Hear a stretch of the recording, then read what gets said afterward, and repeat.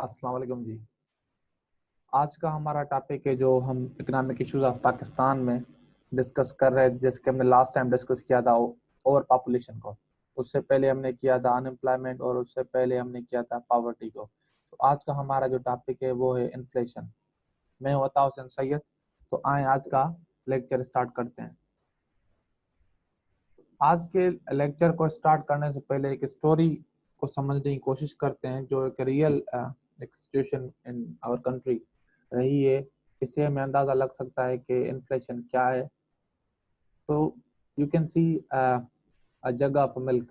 अब यहाँ पे हम दूध की बात करेंगे। दूध की जो हमारी प्राइस थी 1991 में, वो सबसे बहुत कम जो आपकी प्राइस रही है अब तक की, वो थी हमारी 7 रुपये पर लीटर। अगेन अब ये प्राइस जो है वो बढ़कर हमारी हो गई 100 रुपीज़ पर लीटर इन 2020। लेकिन अभी भी अगर आप देखेंगे कि कुछ इलाकों में 100 से ऊपर भी आपकी प्राइस है। You can see there 93% difference. इतना ये डिफरेंस आया, ये क्यों आया, इसको हम क्या कहते हैं? Simply this is what inflation. ये है आपकी इन्फ्लेशन। तो आए इस इन्फ्लेशन को समझने की कोशिश करते हैं कि क्या इसके रीजंस हैं, इसकी डेफिनेशंस क्या है, तो इसके डिफरेंट टाइप्स क्या हैं। Let's understand what is the meaning of inflation. सबसे पहले इसकी जो इटोमोलॉजी है उसको समझने की कोशिश करते हैं। The word inflation is taken from a Latin इन्फ्लेटोनिम और इन्फ्लेटियो means a puffing up, means किसी को बढ़ाना। Inflation may be defined as a sustained upward trend in the general level of prices and not the price of only one or two goods। यहाँ पे समझने की जरूरत है कि ओवरऑल जो आपके बेसिकली जो आपके बेसिक गुड्स होते हैं जो रेगुलर हाउस होल्ड यूज करते हैं, तो उनकी प्राइस में जब एक कांस्टेंट इजाफा आए तो उसको कहते हैं कि आपकी। तो सिंपली मींस इन्फ्लेशन कोई एक नहीं है कि जस्ट किसी एक प्रोडक्ट की जो है प्राइस बढ़े, लेकिन ओवरऑल जो हम प्रोडक्ट वगैरह जो यूज करते हैं उनकी जो प्राइस में इजाफा है। एक प्रोडक्ट की तो प्राइस उसकी सप्लाई कम होने की वजह से या फॉर सपोज उसकी पर्टिकुलर कोई पर्टिकुलर टाइम में डिमांड की वजह से या और कोई फैक्टर हो सकते हैं, उनकी जो है सो प्राइस हाइक हो सकती है।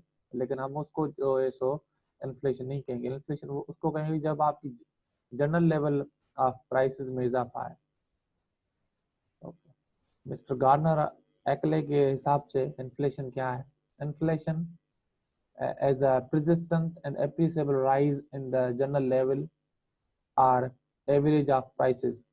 In other words, inflation is a state of rising prices but not high prices. Means rise होनी चाहिए, एक लेवल बढ़ती जा रही है, एक कांस्टेंट एक पेस के हिसाब से। तो ये नहीं कि जस्ट प्राइस हाइक हो जाए। It can be viewed as the devaluing of the worth of money. In the words, in other words, inflation reduces the purchasing power of money. तो मीन्स आपके जो है सो ज्यादा पैसे लग जाते हैं थोड़ी सी चीजों को खरीदने में, तो आपकी ओवरऑल इनकम जो है वो डिक्रीज हो जाती है। उसका जो सॉरी परचेजिंग पावर जो होती है पैसे की वो डिक्रीज हो जाती है। A unit of money now buys less, and inflation can also be seen as a recurring phenomena। और ये होती रहती है। ओवरऑल मींस इन्फ्लेशन की वजह से आपके पैसे की जो परचेजिंग पावर है वो कम हो जाती है। Now let's understand the different reasons. इसके 4 मेन रीजंस हैं इन्फ्लेशन के, उस पर बात करते हैं। जो सबसे पहला रीजन है इसका economic boom. Means economic boom एक आपकी इकोनॉमिक एक इकोनॉमिक साइकिल का एक फेज भी है, एक सिचुएशन भी है। जब आपकी इकोनॉमिक की ग्रोथ अच्छी होती है, then there is a more money in the hands of people.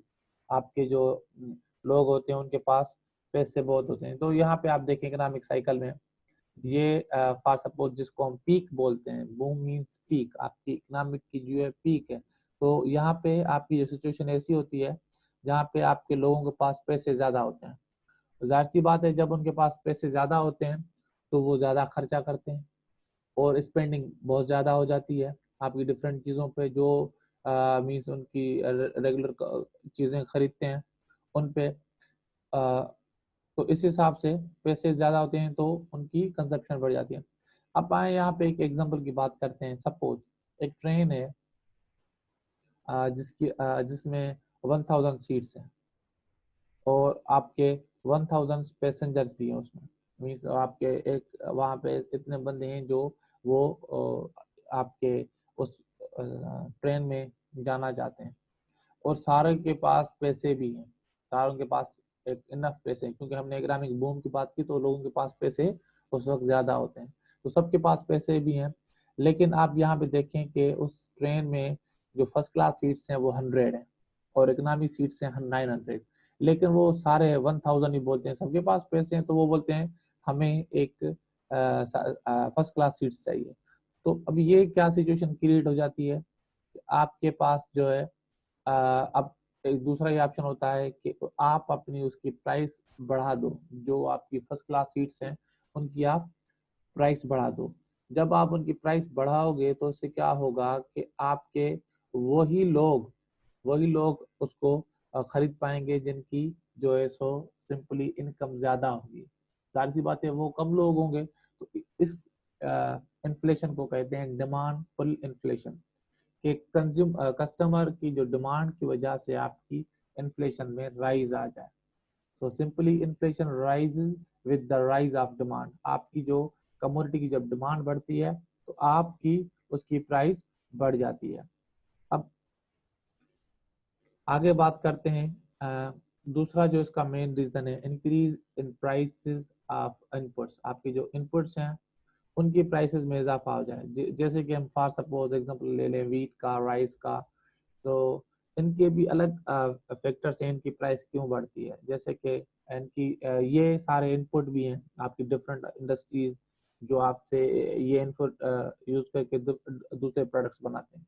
तो ये इनकी प्राइस हाइक होने की वजह, इनकी प्राइस बढ़ जाने की वजह, इसके भी डिफरेंट रीजंस होते हैं। लाइक कि आपकी वेदर कंडीशन, आपकी वेदर कंडीशन की वजह से इनकी जो है सो एक तो क्वांटिटी कम होती है और इनकी डिमांड अगेन ज़्यादा होती है, तो एक ये चीज़ होती है। दूसरी इसमें एक ये रीज़न है, जैसे कि अभी भी आपके आप यहाँ पे देख सकते हैं लोकस का जो टिड्डी दल का हमला है, तो इसकी वजह से भी इनकी प्राइस जो है अब बढ़ेगी। और जो आगे इसका और भी रीज़न है कि ओवरऑल आपकी ऑयल प्राइसेस में जो इजाफा होता है, क्योंकि आपकी डिफरेंट मशीनरीज वगैरह आप यहाँ पे यूज करते हो, ट्यूबवेल्स वगैरह में आप यूज करते हो, तो ओवरऑल इनकी प्राइस बढ़ जाती है, तो आप ऑयल की, तो उसका भी इम्पेक्ट पड़ता है। और इसमें एक और रीजन है टैक्सेस। अगर टैक्सेस वगैरह भी इन पे इम्पोज की जाती हैं, जो ये कमोडिटीज वगैरह, जैसे कि गवर्नमेंट के हिसाब से गवर्नमेंट टैक्स लगाती है जो उसके डिफरेंट आपके पेस्टिसाइड्स हैं या और आप इनके लिए यूज करते हो हाइब्रिड चीज वगैरह, तो उन पे टैक्सेस वगैरह बढ़ जाती हैं, तो अल्टीमेटली इनकी प्राइस हाइक हो जाती है। तो ये जब इनकी जो है सो इनपुट सारों की अगर ये प्राइस बढ़ जाती है तो ये क्या करती है, आपकी सिंपली इन्फ्लेशन को पुश करती है, इन्फ्लेशन को सिंपली पुश करती है, और हम इसको कहते हैं कॉस्ट पुश इन्फ्लेशन।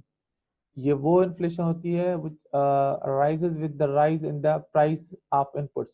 तो आपके जितने भी इनपुट्स हैं उनकी प्राइस में, यहाँ पे तो हमने एक एग्जांपल उठाया हमारा वीट और हमारे एक प्रोडक्ट का, तो आप दूसरे भी यूज कर सकते हैं। तो उनकी प्राइस में जब इजाफा हो जाए, आपकी जो पीछे से आपको ये पुश करती है, क्योंकि आपकी जो प्राइस होती है वो उससे पहले वो चीजें बनती हैं, बनने के लिए इनपुट चाहिए होते हैं। जब इनपुट्स की प्राइस में इजाफा हो जाए, चाहे इसका एक दूसरा भी टाइप होता है जो अब हम आगे डिस्कस करेंगे, वो भी आपका कुछ इससे मिलता जुलता है, वेज पुश होता है। तो ये कॉस्ट पुश में आपकी वो सारी चीजें आ जाती है जिसकी वजह से आपकी प्राइस बढ़ जाती है। तीसरा जो रीजन है, इंक्रीज इन एम्प्लॉय सैलरीज।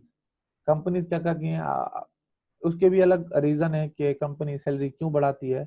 जब आप इनकी सैलरी आप कंपनी या गवर्नमेंट इनकी बढ़ा देती है तो भी आपकी इन्फ्लेशन होती है। लेट्स अंडरस्टैंड कि आपकी इसको कहते हैं बेसिकली वेज पुश इन्फ्लेशन।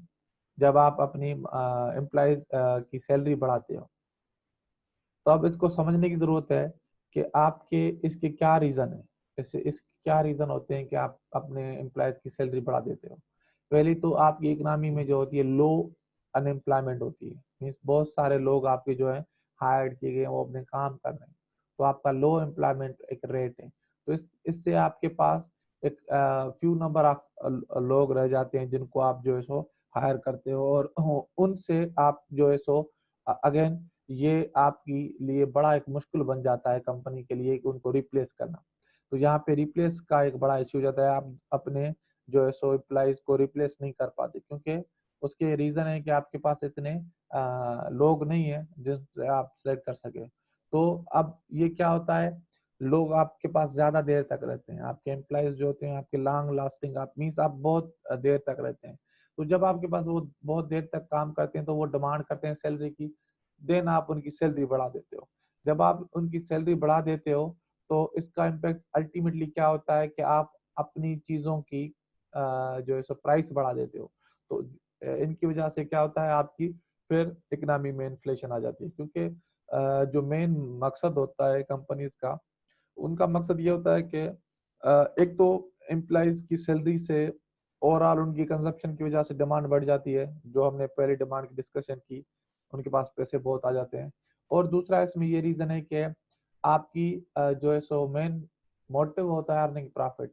अगर आप सैलरीज बढ़ा रहे हो तो आपका खर्चा ज्यादा आता है, आपकी कॉस्ट बढ़ जाती है। जब कॉस्ट बढ़ जाती है अगेन आप उसकी प्राइस बढ़ा देते हो, तो अगेन आपकी इकोनॉमी में जो है सो गुड्स एंड सर्विसेज की प्राइस बढ़ जाती है और इन्फ्लेशन की रेट होती है। तो हम इस टाइप के इन्फ्लेशन को क्या बोलते हैं, wage push, due to the wages inflation जो होती है, means inflation rise with the rise in the salary of employees. और फोर्थ रीजन है आपकी currency depreciation. What is currency depreciation? Means it's a currency depreciation is the loss in the exchange value of country's currency in comparison to other currencies। तो आपकी overall जो currency होती है उसके value में गिरावट आती है, उसकी कदर में कमी आती है। तो in simple decrease the buying power of own currency. एक ये आपकी ओवरऑल इंटरनेशनल मार्केट के हिसाब से भी होती है और आप खुद भी करते हो। इसके इफेक्ट्स आपके ये होते हैं कि आपकी इसके पॉजिटिव इफेक्ट्स भी हैं और आपके नेगेटिव भी हैं। जैसे कि इंपोर्ट्स मोर आपकी एक्सपेंसिव बन जाती हैं, क्योंकि आप बाहर अपने पैसे आप बहुत लगाते हो तब जाके बाहर की चीजें आप ले पाते हो। और इसके हिसाब से इसका अगेन ये इम्पेक्ट बढ़ता है कि आपकी एक्सपोर्ट्स चीपर हो जाती हैं और आपकी इंक्रीज क्वांटिटी ऑफ एक्सपोर्ट्स हो जाती है, और अगेन आपकी एग्रीगेट डिमांड में इजाफा हो जाता है। वो भी आपको किसको जो है सो मीन्स इम्पेक्ट पड़ता है, अगेन इन्फ्लेशन होती है। जब आप इम्पोर्ट एक्सपेंस हो जाते हैं तो भी इन्फ्लेशन हो जाती है। लेकिन इसमें ये आपके एक बेनिफिट यहाँ पे होता है कि आपकी current account of balance of payment जो है वो अच्छा बेहतर होता है, क्योंकि आपके एक्सपोर्ट जो है बेहतर की तरफ जा रहे हैं, ज्यादा हो रहे हैं, इम्पोर्ट कम होंगे, तो ये आपकी इकोनॉमिक ग्रोथ को भी इम्प्रूव करेगा। अगर हम अब बात करेंगे करेंसी डिप्रिसिएशन के क्या क्या रीजंस होते हैं, अब कैसे कैसे बढ़ती है। आप ज्यादा जो है सो प्रिंट करते हो अपनी करेंसी की, तो इससे आपकी उसकी कदर में कमी आ जाती है, आपकी जो पैसे की वैल्यू होती है वो डाउन हो जाती है। तो जब पैसे की वैल्यू डाउन हो जाती है तो आपके बहुत सारे पैसे लगते हैं थोड़ी सी चीजों को लेने में, तो ये आपकी होती है इन्फ्लेशन। लेकिन एक एक ज्यादा लेवल पे जब आपकी ये काम होता है तो वो आपकी हाइपर इन्फ्लेशन होती है। जब आप ज्यादा पैसे जो है सो आप प्रिंट करते हो, तो उससे क्या होता है कि आपकी इकोनॉमी में एक ज्यादा मिकदार में पैसे आ जाते हैं। जब वहां पे ज्यादा पैसे आ जाते हैं तो इसके अलग कॉन्सिक्वेंसेज हैं, जो हम एक आगे जाके एग्जांपल भी यहाँ पे कोट करेंगे कि जब आपके पैसे बढ़ जाते हैं तो आपकी जो है सो, क्योंकि उससे क्या होता है कि आपकी इतनी मार्केट में प्रोडक्शन नहीं होती जितनी उसकी डिमांड हो जाती है। तो आपकी जो है सो कंजप्शन के लिए तो वही प्रोडक्ट होते हैं, तो उसमें जिनके पास ज्यादा पैसे होते हैं वो ज्यादा उस चीज को कंज्यूम कर सकते हैं। तो इससे क्या होता है, हाइपर इन्फ्लेशन होता है। ये एक बड़ी एक खराब सिचुएशन होती है। तो अल्टीमेटली जब आपकी when inflation is caused by increase in the supply of money, ये वो होता है इन्फ्लेशन का टाइप जो आपकी करेंसी डिप्रिसिएशन एक रीजन है, बड़ा रीजन है आपकी इन्फ्लेशन का। तो आए एक एग्जांपल के साथ इसको अच्छे से समझते हैं। Let's understand the example of Zimbabwe. Zimbabwe की एग्जांपल को समझते हैं। ये 2008 में आपके जिम्बाब्वे की करोड़ों % इसकी इन्फ्लेशन रेट बढ़ गई थी। तो समझते हैं, ये है mister Robert Mugabe. Robert Mugabe जो प्रेसिडेंट थे आपके जिम्बाब्वे के। तो इनकी जो गवर्नमेंट थी, इनके कारण आपके पूरे जिम्बाब्वे में इन्फ्लेशन हुई थी, इवन के हाइपर इन्फ्लेशन हुई थी। तो इन्होंने क्या किया था, उनको समझे। इन्होंने पहले तो हर एक चीज पे टैक्स लगा दिया, आपने उस पे टैक्सेस ज्यादा कर दिए, तो इससे भी आपकी मीन्स प्राइसेस बढ़ गई। फिर इसने क्या किया कि इसकी जो पॉलिसीज थी इतनी जो है सो सख्त थी कि आपकी फॉरेन डायरेक्ट इन्वेस्टमेंट जो थी इससे कम हो गई, जितने भी फॉरेन इन्वेस्टर थे वो चले गए। और इसने क्या किया कि इसकी वजह से ये इसका इम्पैक्ट ये पड़ा कि लोग अनएम्प्लॉयड हो गए, लोगों के पास इतने पैसे नहीं थे। तो अब इस सिचुएशन को टैकल डाउन करने के लिए इसने क्या किया, क्योंकि ओवरऑल इकोनॉमी की हालात खराब थे तो लोगों के पास पैसे नहीं थे। इसने क्या किया कि इसके जो है सो अपनी प्रिंटिंग, इसने करेंसी की प्रिंटिंग ज्यादा कर दी। अब इसने करंट करेंसी की, क्योंकि इसके पास पैसे थे, मीन्स गवर्नमेंट थी, तो इसने कहा कि भाई ज्यादा पैसे प्रिंट करो। इसने पैसे प्रिंट किए, ज्यादा पैसे प्रिंट किए, लोगों के पास पैसे ज्यादा है। तो अब इससे क्या होगा कि यहाँ पे तो प्रोडक्शन वही थी, प्रोडक्शन में तो कोई इजाफा नहीं आया था। लोगों के पास पैसे तो थे, लेकिन वो कंजप्शन पे खर्च कंजप्शन कर रहे थे रादर देन इन्वेस्टमेंट। तो इससे क्या होता है गया कि उसकी प्राइस जो है बढ़ती गई।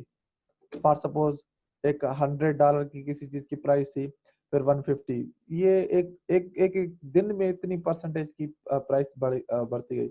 जो मीन्स अगेन इसने क्या किया, और पैसे प्रिंट किए और इसकी प्राइस बढ़ी। तो ये एक लूप बन गया, प्राइस आपकी बढ़ती गई और इसने पैसे प्रिंट करना शुरू कर दिए। तो इससे क्या हुआ कि अगेन इसने पैसे प्रिंट कर दिए कि भाई लोगों के पास पैसे आ जाए। इसने यहाँ तक के डॉलर्स मीन्स मिलियन के नोट भी प्रिंट किए, अगेन उसने बिलियन के नोट भी प्रिंट किए। फिर इसने, क्योंकि अब ज्यादा जस्ट एक नोट जो था ट्रिलियन तक के इसने नोट प्रिंट किए। और अगर हम बात करेंगे उस ट्रिलियन की जो नोट की जो वैल्यू थी, वो महज $1 की जितनी थी, मीन्स $1 के हिसाब से। तो आप यहाँ पे देख सकते हैं कि ओवरऑल इसके इन्फ्लेशन रेट है, तो ये करोड़ % में आप देख सकते हैं कि ये बेसिकली ये 2000 से थोड़ा बहुत बढ़ा, और 2004 और 2008 में पीक में चला गया, क्योंकि पूरी इकोनॉमी वर्ल्ड की इस टाइम डिप्रेशन में थी। तो डेली बेसिस पे 98%, हमारे यहाँ तो 10% से बढ़ता है तो हालात बड़े खराब हो जाते हैं। तो आप इमेजिन करें कि 98% मीन्स एक चीज आप सुबह को ले रहे हैं, उसकी प्राइस शाम को चेंज है। तो ये एक बड़ी हालात खराब थे जिम्बाब्वे के। $100 ट्रिलियन तक इसने जो है सो अपनी जो है सो प्रिंट की करेंसी की, और उसकी वैल्यू सिर्फ $1 की जैसी जितनी थी। आप ये पे कैसे अंदाजा लगा सकते हैं, एक बच्चे के पास इतने पैसे हैं, एक बंदा जो है सो शॉपिंग करने जा रहा है तो एक लाइक वाइज के इतने पैसे लेके जा रहा है। तो ये इसकी वजह से क्या हुआ, इसने ज्यादा करेंसीज प्रिंट करने शुरू कर दिए। तो 2008 के एंड में इतने हालात खराब हो गए कि इसकी अपनी करेंसी के जो है सो वैल्यू इतनी गिर गई कि वो मार्केट से खत्म हो गई। तो इसने क्या किया फिर, 6 करेंसीज को, जो US डॉलर था, बोस्टोनियन पुला था, साउथ अफ्रीकन रांड थी, यूरो था, ऑस्ट्रेलियन डॉलर था, ब्रिटिश पाउंड, चाइनीज येन, तो इनको लीगल करेंसी का दर्जा दिया। और जितनी भी ट्रांजेक्शन थी मेजरली, तो इसमें जो मोस्टली जो यूज होती थी करेंसी US डॉलर थी। तो ये हालात थे। अब हम बात करते हैं आज के दौर में, ये जो कोविड की सिचुएशन है, अब इन्फ्लेशन के क्या मामला आते हैं। कोविड की सिचुएशन में इन्फ्लेशन क्या इसमें कुछ इजाफा हुआ है कि कम हुआ है। तो जनरली जो ओवरऑल वर्ल्ड में आप सोचते होंगे कि बढ़ गया होगा, लेकिन जनरली ओवरऑल वर्ल्ड में जो इन्फ्लेशन रेट है वो कम हो गया है। वो कम क्यों हो गया है, उसके पीछे बड़े, आप सोचते होंगे भाई ये तो महंगाई और बढ़नी चाहिए, लेकिन उसके पीछे आपके रीजन है कि सबसे पहले आपका ये है कि लॉकडाउन हुए।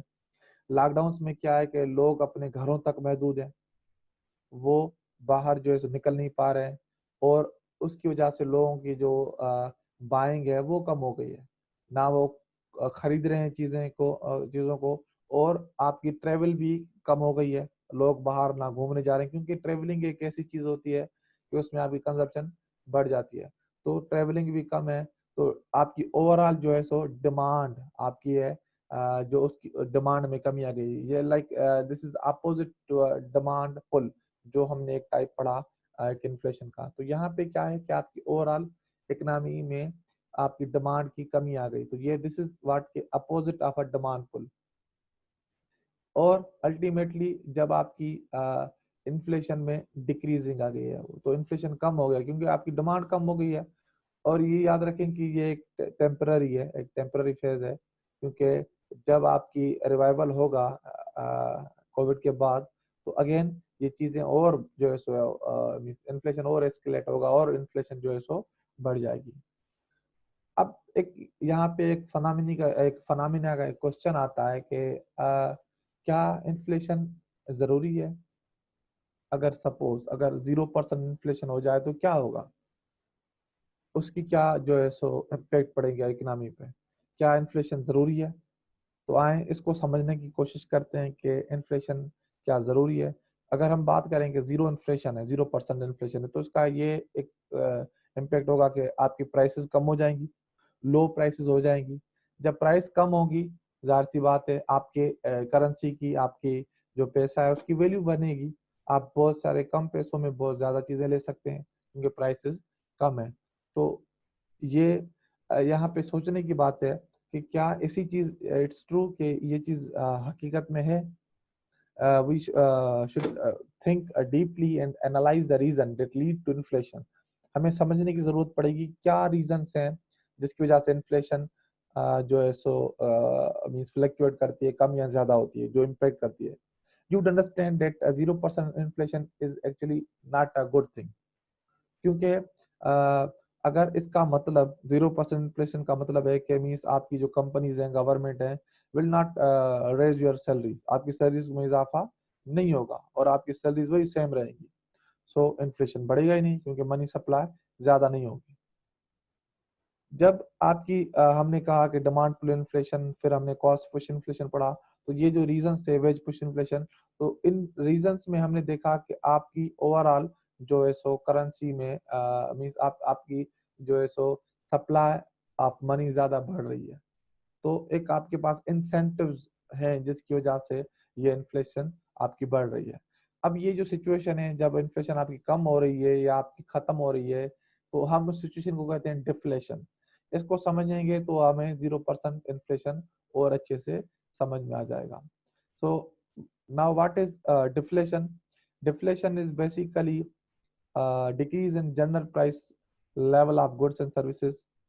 Put another way, deflation is a negative inflation. When it occurs, the value of currency grows over time. Thus, more goods and services can be purchased for the same amount of money. तो ये आपकी simply एक deflation है। जब आपकी deflation की ये आपकी इसमें डेफिनेशन है कि आपकी ओवरऑल प्राइसेस में कमी आ जाए, तो इसमें क्या होगा, डिफ्लेशन में क्या होगा ये हमने डिस्कस कर लिया। तो ये ओवरऑल आपकी इकोनॉमी को डिप्रेशन में लेके जाएगा, क्योंकि मनी सप्लाई कम हो जाएगी, गवर्नमेंट के एक्सपेंडिचर कम हो जाएंगे, कंज्यूमर डिमांड कम हो जाएगी, बिजनेस की इन्वेस्टमेंट कम हो जाएगी। तो ओवरऑल जब आपकी इन्वेस्टमेंट में कमी आ जाएगी, डिमांड में कमी आ जाएगी, एक्सपेंडिचर में कमी आ जाएगी मीन कंजप्शन में, और आपकी मनी सप्लाई में कमी आ जाएगी, तो ओवरऑल आपकी ये इकोनॉमी डिप्रेशन में चली जाएगी और आपकी ओवरऑल जो डिमांड है वो कम हो जाएगी। तो ये एक आपकी इकोनॉमी के लिए अच्छी बात नहीं है, क्योंकि जब आपकी डिफ्लेशन होगी तो ये सारी चीजें आपकी नहीं होगी। अब हमें समझने की जरूरत पड़ेगी कि इन्फ्लेशन अगर ना हो तो भी मसाइल है, तो इन्फ्लेशन कितनी होनी चाहिए, कितने परसेंट तक होनी चाहिए। और क्योंकि एक इकोनॉमी में आपको जॉब क्रिएशन भी करनी है, तो हमें समझने की जरूरत है कि कितना परसेंट जो है इन्फ्लेशन आपकी जरूरी है इकोनॉमी के लिए। लेट्स से कि एक हमारी पास, क्योंकि इन्फ्लेशन और अनएम्प्लॉयमेंट का एक आपस में एक गहरा रिलेशन है। आपकी इन्फ्लेशन बढ़ती है तो अनएम्प्लॉयमेंट जो है सो आपकी ज्यादा होती है। तो इसको जनरली बोलते हैं Phillips curve. Phillips curve basically a single equation economic model. It is named after the William Phillips. Stated simply, decrease in unemployment.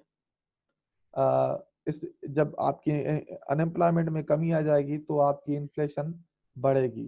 तो मीन्स ये आप आपस में अपोजिट होते हैं। तो इनका जो रिलेशनशिप है आपस में एक नेगेटिव है। आपकी अनएम्प्लॉयमेंट जो है जो कम होगी तो आपकी इन्फ्लेशन बढ़ेगी। अगर इन्फ्लेशन सॉरी बढ़ जाएगी, सॉरी। तो अगर हम बात करें यहाँ पे कि इन्फ्लेशन फॉर सपोज 5% है तो आपकी अनएम्प्लॉयमेंट रेट 3% है। अगर ये इन्फ्लेशन आपकी कम हो जाती है तो आपकी अनएम्प्लॉयमेंट और बढ़ जाती है, क्योंकि जाहिर सी बात है लोगों के पास पैसे नहीं है तो इन्फ्लेशन कम ही हो जाएगी, क्योंकि आपकी वो ओवरऑल डिमांड पे इम्पैक्ट पड़ेगा। तो he was mister William Phillips जिसने ये मॉडल दिया, और इस पे और भी डिफरेंट आपके साइंटिस्ट ने जो है सो काम किया है। तो अब यहाँ पे एक सिचुएशन क्रिएट होती है जिसको कहते हैं हम स्टैगफ्लेशन। स्टैगफ्लेशन एक ऐसी सिचुएशन है जहाँ पे फ्लिप्स कर्व जो है वो काम नहीं करती। एक क्योंकि हर जगह पे हमने कहा कि फ्लिप कर्व ये है कि उसका इन्फ्लेशन और आपके अनएम्प्लॉयमेंट का एक नेगेटिव रिलेशनशिप है। लेकिन स्टैगफ्लेशन में क्या होता है कि आपकी इन्फ्लेशन भी बढ़ती है और आपकी अनएम्प्लॉयमेंट भी बढ़ती है। क्योंकि इन्फ्लेशन होती है तो आपकी जीडीपी कम हो जाती है, अगेन आपकी हायर रेट ऑफ अनएम्प्लॉयमेंट बढ़ जाती है। क्योंकि आपकी इकोनॉमिक एक्टिविटीज कम हो जाती हैं तो लोगों को जो है सो काम से निकाल देते हैं। तो स्टैगफ्लेशन एक इकोनॉमिक ऐसी सिचुएशन है जहाँ पे ये फ्लिप का काम नहीं करती, लेकिन बाकी जितनी भी इकोनॉमिक सिचुएशन है उस पे आपकी जो है सो ये इन्फ्लेशन काम करती है। अब यहाँ पे एक दूसरे एग्जांपल की बात करते हैं। During early 1970s, US economy was going through a series of slow down across a manufacturing industry. ये आपकी स्टैगफ्लेशन की हम बात करें। And corporate earnings, the primary reason were due to several failures in implementing social as well as a fiscal policy by the US Federal Reserve. After the boom in 1950s and 1960s, the economy went through the next cycle of recession, where inflation and unemployment were sustained side by side. तो ये एक real example है stagflation का आपकी 1970s US का, जहाँ पे आपकी अनएम्प्लॉयमेंट और उसके साथ साथ इन्फ्लेशन साथ ही थे। तो इसके हिसाब से हमने इस सिचुएशन को कहते हैं आपकी स्टैगफ्लेशन। तो आपकी ओवरऑल जो इसमें 1970s में जो ग्रोथ इन्फ्लेशन एंड अनएम्प्लॉयमेंट था यूएस में, वो ये था। आप यहाँ पे देख सकते हैं कि आपकी इन्फ्लेशन और अनएम्प्लॉयमेंट आपके दोनों ही जो है सो आपकी बढ़ रहे हैं। तो ये आपकी एक मैंने ये डेटा जो है सो फेडरल रिजर्व की साइट से उठाई है वैसे। Okay, now what is the best level of inflation? क्या एक लेवल तक होनी चाहिए, एक ऑप्टिमम लेवल तक इन्फ्लेशन होनी चाहिए? यहाँ पे सोचने की बात है भाई, जब हमने देखा भी कि इन्फ्लेशन अगर नहीं है तो अभी इकोनॉमी के हालात बेहतर नहीं है। आपकी इकोनॉमी क्योंकि रिसेशन में चली जाती है, जैसे कि हमने डिफ्लेशन में वो चीज़ पढ़ी कि आपकी कंजप्शन, आपके ओवरऑल जो है सो डिमांड में, आपकी मनी सप्लाई में कमी आ जाती है। तो उससे आपकी डिफ्लेशन तो होती है, लेकिन आपके ये मामला भी होते हैं कि आपकी इकोनॉमी जो है रिसेशन में चली जाती है और गवर्नमेंट के लिए बड़ा प्रॉब्लम होता है उसको फिर रिवाइव करना। तो हमें अब समझने की जरूरत पड़ती है कि भाई अब कौन सी लेवल है जिस पे इन्फ्लेशन जो है सो बेहतर है। तो लेट्स अंडरस्टैंड, ये जो डेवलप्ड कंट्री हैं उनके लिए 2% फॉर डेवलप्ड कंट्रीज, जितने भी आपके यूरोप के कंट्रीज हैं या अमेरिका, कनाडा या जितने भी आपके डेवलप्ड नेशंस हैं, उनके लिए एटलीस्ट 2% एक आपका इन्फ्लेशन इकनॉमी में होनी चाहिए, क्योंकि ये आपके प्रोड्यूसर्स को और कंज्यूमर्स को, इन सबको जो है सो एक इंसेंटिव देता है। Okay, the ideal inflation rate for developing countries like Pakistan, India, हम क्योंकि हम एक डेवलपिंग नेशंस हैं, उसमें 2 से 6% का आपके इन्फ्लेशन होना चाहिए। अब यहाँ पे हम समझेंगे कि इन्फ्लेशन कैसे कैलकुलेट करते हैं। नाउ लेट्स अंडरस्टैंड के how to calculate the inflation rate. इसके लिए हम यूज करते हैं CPI, consumer price index. Now consumer price index है क्या? तो कंज्यूमर प्राइस इंडेक्स बेसिकली आप उसमें एक it's a basket of goods, वो गुड्स जो आपके डेली बेसिस पे आप यूज करते हो, food and beverages, housing, April means clothes, और आपकी ट्रांसपोर्टेशन, मेडिकल एक्सपेंस, केयर के एक्सपेंस जो आप के होते हैं, रिक्रिएशन मींस इंटरटेनमेंट वगैरह, एजुकेशन एंड कम्युनिकेशन। तो ये आपके वो गुड्स हैं कि कैटेगरीज हैं जो जनरली हम यूज करते रहते हैं। तो इन सब के जो वैल्यूज हैं उनको जो कैलकुलेट करके इसको बोलते हैं कंज्यूमर प्राइस इंडेक्स ओवरऑल, कि ये जो आपके जितने भी गुड्स हैं, हम बास्केट ऑफ गुड्स जो हम कंज्यूम कर रहे हैं, इनकी प्राइसेस को देखेंगे कितना इसमें जो है सो डिफरेंस आया है। So let's understand in economics जो है सो हम इसको कैसे कैलकुलेट करते हैं। सबसे पहले जो इसका फार्मूला है कंज्यूमर प्राइस इंडेक्स का, वो ये है कि आपके value of market basket in the given year, जो हमने पहले बास्केट को डिस्कस किया, जो भी आपके रेगुलर गुड्स हैं, तो उसमें हम उसको डिवाइड करते हैं value of market basket in the base year. अब बेस ईयर क्या है इकोनॉमिक में, जिसको हम बेस पीरियड भी कहते हैं? It is basically reference period. It's a reference period, हम एक रेफरेंस देते हैं, एक बेंचमार्क रखते हैं, उससे हम जो है सो कैलकुलेट करते हैं बाकी की जो प्राइस है, और उससे हम कंपेयर करते हैं कि आपके इसमें जो है सो कितना जो है सो इस साल से लेकर अब आगे जितने भी डिफरेंसेस हैं उनमें कितना जो है सो डिफरेंस आया आपकी प्राइसेस में। तो हम उसको कहते हैं बेस ईयर, एक रेफरेंस पॉइंट होती है। तो अब हम इन्फ्लेशन, वो तो हमारा सीपीए कैलकुलेट करने का फार्मूला। अब इन्फ्लेशन कैसे करते हैं? आपकी करंट सीपीआई जो भी है उसको हम जो है सो माइनस करेंगे इनिशियल सीपीआई से, मींस कंज्यूमर प्राइस इंडेक्स से। अगेन आप उसको डिवाइड करेंगे करंट कंज्यूमर प्राइस इंडेक्स से, फिर आप उसको मल्टीप्लाई करें 100 से, तो हमें मिल जाएगा भाई इन्फ्लेशन कितना है। Okay, let's have a example. आपकी यहाँ पे एग्जांपल की हम बात करते हैं। ये आपकी मार्केट बास्केट की प्राइस है, और हमने उसको जो है सो डिफरेंट हम यूज कर रहे हैं। तो फर्स्ट सपोज 2014 में वो सेम चीजें जो है सो 2490 रुपये में मिल रही है हमें, और हमने यहाँ पे जो बेस ईयर जो हमने यहाँ पे बनाया है उसको 2015 को बनाया है। 2015 में हमारी वो सेम प्राइसेस कितनी थी? 4150। फिर अगेन जो 2019 में वो सेम चीजें की प्राइस क्या थी? जो है सो 10,790 रुपये। तो अब यहाँ पे हम देखेंगे कि हम उसको सेम फार्मूले से, जो हमने कंज्यूमर प्राइस इंडेक्स में हमने पहले पढ़ा, हम उसके हिसाब से देखेंगे। हमने ये इसको जो है सो 100 ही होगा, क्योंकि 100 इसलिए होगा क्योंकि हम इसको कंपेयर कर रहे हैं। इससे हम पहले देखेंगे भाई उसमें क्या था कि 60, तो 60 उसकी तो सीपीआई थी, मीन्स उसकी प्राइस कम थी। अब आगे जो भी होंगी ये आपकी उसके आगे जितनी भी प्राइस होंगी वो आगे 100 से ज्यादा होंगी। तो अब ये आपकी डिफरेंट जो परसेंटेज है, अब यहाँ 2016 में 20% है, 20% का इन्फ्लेशन हुआ, जो हमने पहले फार्मूला हमने डिस्कस किया, उसके हिसाब से हम जो है सो उसको कैलकुलेट करेंगे। अगेन इसमें 160 सीपीआई का जो रेटिंग है उस पर 33.33%, फिर अगेन 37, अगेन फिर आपकी जो है सो कंज्यूमर प्राइस इंडेक्स में कमी आ गई 18.18% आपकी जो है सो बेस ईयर से इसका, और जो है सो करंट का जो डिफरेंस आ रहा है। तो अब ये था हमने जो है इन्फ्लेशन कैसे कैलकुलेट करते हैं और आपकी सीपीआई। नाउ अब हम जिस पे बात करें कि भाई how can government control inflation. आपकी गवर्नमेंट कैसे कंट्रोल करती है? तो इसके बहुत सारे वेज हैं।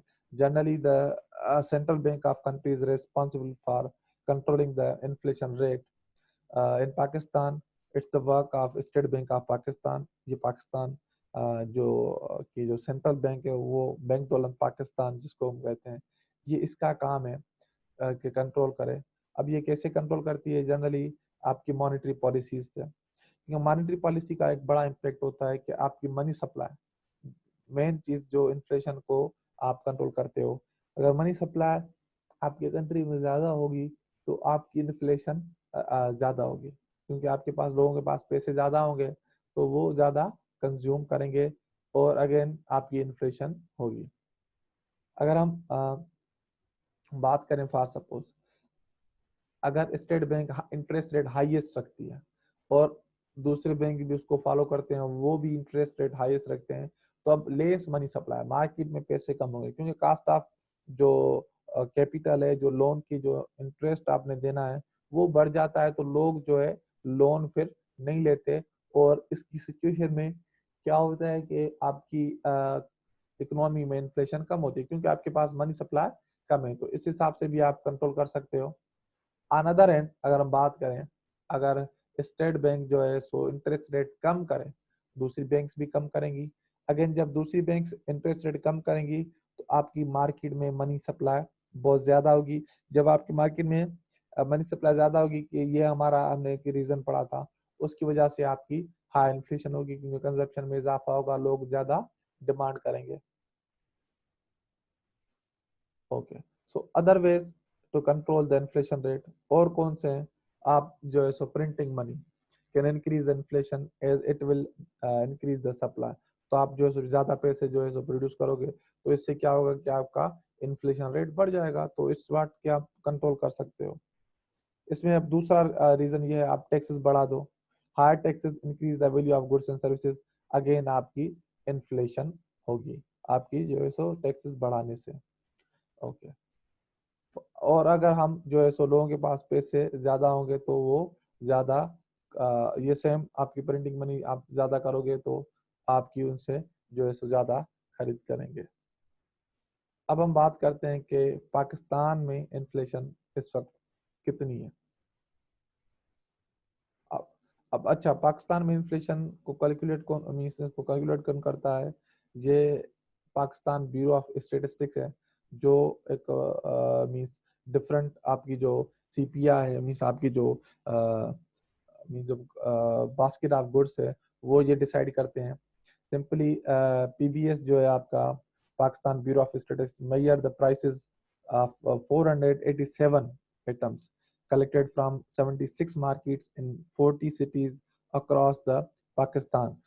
जो अब तक जो आपकी जो मींस कैलकुलेट करते हैं, तो मींस आपके 40 डिफरेंट सिटीज से 76 डिफरेंट मार्केट से 487 ऐसे आइटम से जो रेगुलर बेसिस पे यूज होते हैं, उनकी जो है सो प्राइसेस पे जो है आपकी सिंपली कैलकुलेट करते हैं आपके। मींस बास्केट ऑफ गुड्स में हमारे यहाँ आइटम्स हैं 487। एक यहाँ पे एक दूसरी ये चीज है कि जितनी भी आपकी यहाँ पे कैलकुलेशन होती है, वो आपकी अर्बन एरियाज में होती है, रूरल एरियाज में नहीं होती। लेकिन आपके 62 to 63% आपकी जो पॉपुलेशन है वो आपकी रूरल एरियाज में रहती है, तो वो यहाँ पे उनको रिप्रेजेंट नहीं करते। ओवरऑल हमारी जो है सिटीज की हम बात करते हैं इसमें, तो ये रिस्पॉन्सिबल होता है बेसिकली आपकी मींस इन्फ्लेशन को कैलकुलेट करने के लिए। तो ये आपकी ओवरऑल इन्फ्लेशन रेट रहा है पाकिस्तान में। तो अब यहाँ पे आपकी 11.12% तक चला गया था आपके 2020 की जनवरी में, फिर अगेन कुछ कम हुआ, लेकिन अभी भी आपकी जो हालात हैं अभी भी आपके 10% के आसपास है।